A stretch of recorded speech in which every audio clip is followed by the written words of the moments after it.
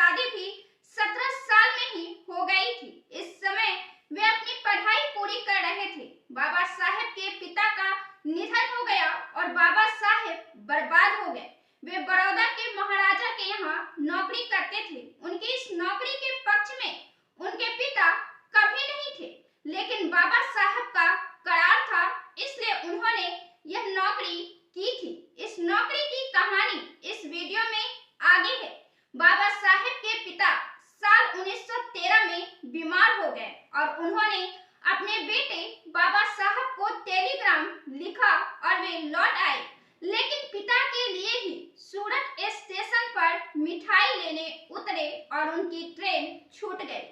अगले दिन जब वे बॉम्बे पहुंचे तो अपने मरणासन पिता को देखकर बहुत व्यथित हो गए। जब उनके पिता ने उन्हें देखा तब उन्होंने अपने दुर्बल हाथों को उनके पीठ पर पुचकारा और अचानक अंतिम सांसें ली। 2 फरवरी 1913 का यह दिन ऐसा लगता था कि राम जी अपने प्रिय पुत्र की प्रतीक्षा कर रहे थे ताकि वे उन्हें जीवन की बड़ी चुनौतियों के बारे में बता सके।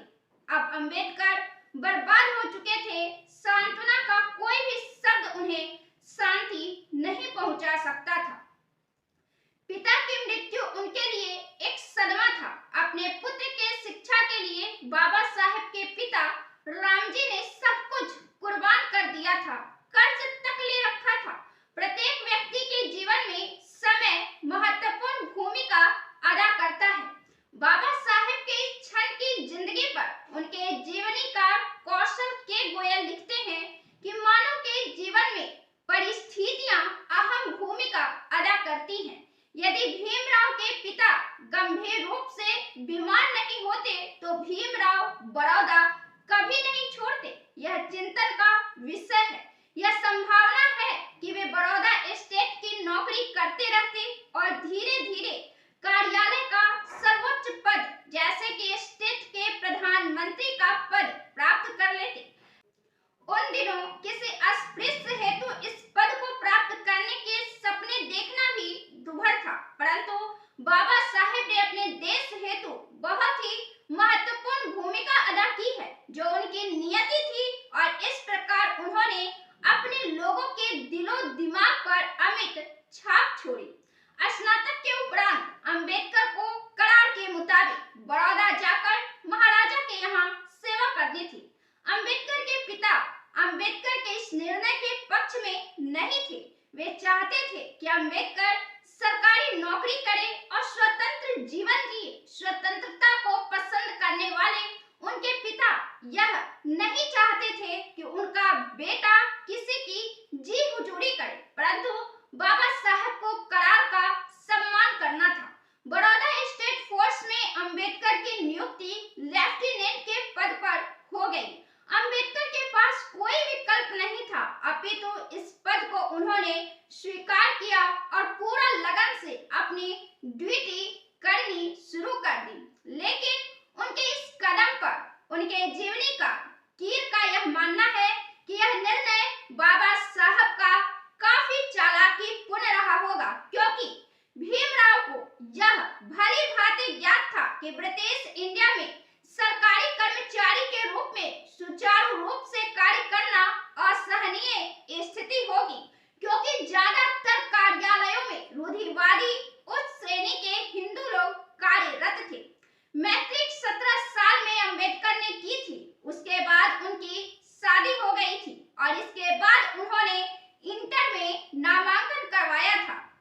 उन्होंने एलिफिंस्टन कॉलेज में बहुत ही लगन से मेहनत करनी शुरू की, लेकिन प्रथम साल उनकी तबीयत ने उनका साथ नहीं दिया। वे बीमार रहने लगे और प्रथम साल वे पास नहीं कर पाए, लेकिन इसके बाद उन्होंने दोगुनी मेहनत करनी शुरू की और इंटर आर्ट्स की परीक्षा पास की।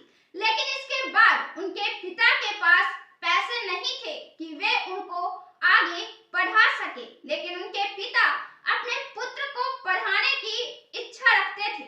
इसी विषम परिस्थिति में अंबेडकर को मिले केलुस्कर, जो उन्हें अपनी लिखी गौतम बुद्ध की किताबें भेंट की थी और अंबेडकर को पसंद करते थे और उन्होंने बाबा साहब की जीवनी भी लिखी।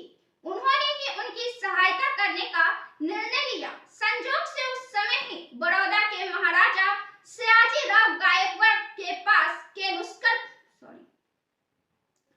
संजोग से उस समय ही बड़ौदा के महाराज सयाजीराव गायकवाड़ के पास केलुस्कर पहुंचे, जिन्होंने कुछ दिनों पहले यह घोषणा की थी कि वे किसी भी होनहार अस्पृश्य की सहायता उस शिक्षा की प्राप्ति हेतु करेंगे।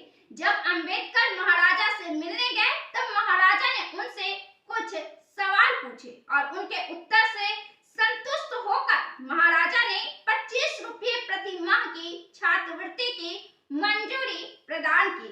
इस तरह बाबा साहेब की आर्थिक समस्या का कुछ समय के लिए समाधान हो गया और उनके आगे की पढ़ाई का रास्ता साफ हो गया। जब वे इंटर में थे तो उनके कॉलेज एलिफिंस्टन में एक प्रोफेसर ने उनकी सहायता की थी। वे उनकी सहायता किया करते थे। वे उन्हें कुछ किताबें भी दी और कपड़े भी दिए। उन्होंने उनको हमेशा प्रेरित किया कि तकलीफों के बावजूद भी अपनी पढ़ाई पूरी करें। कुछ और भी अध्यापक थे जिन्होंने उनको प्रोत्साहित किया, मगर यहाँ भी जातिगत भेदभाव का शिकार बाबा साहब को झेलना पड़ा। कॉलेज होटल का मालिक ब्राह्मण था, जो अपवित्र होने के कारण उनको चाय या पानी तक भी नहीं देता था। उनके सहपाठियों ने भी उनकी बेइज्जती की।